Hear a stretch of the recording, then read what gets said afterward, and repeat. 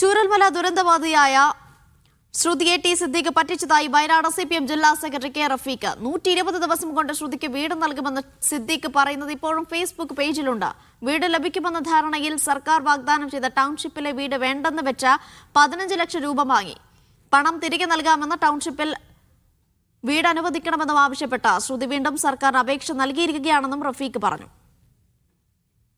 കണ്ണുതിരിനെയും ശ്രുതിയുടെ പ്രയാസത്തെ കണ്ടുകൊണ്ട് മനുഷ്യപ്പറ്റുള്ള എല്ലാവരും കണ്ണീർ തൂക്കി നിൽക്കുമ്പോൾ അതിനെ മുതലെടുപ്പിന് വേണ്ടി ഉപയോഗിച്ചവരാണ് കോൺഗ്രസ്സുകാർ.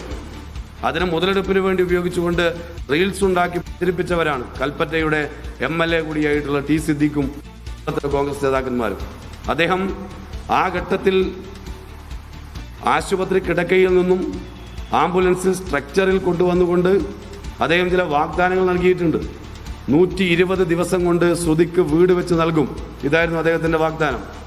ഏപ്രിൽ മാസം 24-ാം തീയതി അദ്ദേഹം 2024 സെപ്റ്റംബർ മാസം 24-ാം തീയതിയാണ് അദ്ദേഹം ആ നിലയിലുള്ള പ്രസ്താവന നടത്തിയത്. അദ്ദേഹത്തിൻ്റെ സോഷ്യൽ മീഡിയയിൽ അദ്ദേഹം അത് പോസ്റ്റ് ചെയ്തിട്ടുണ്ട്.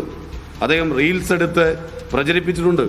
അദ്ദേഹം പ്രചരിപ്പിച്ചത് ശ്രുതിക്ക് വീട് ആശുപത്രി കിടക്കയിൽ നിന്നും ആംബുലൻസിൽ സ്ട്രക്ചറിൽ കൊണ്ടുവന്ന് കിടത്തി ആ ശ്രുതിക്ക് കാണിച്ചു കൊടുക്കുന്ന വീഡിയോ എടുത്ത് പ്രചരിപ്പിച്ചു.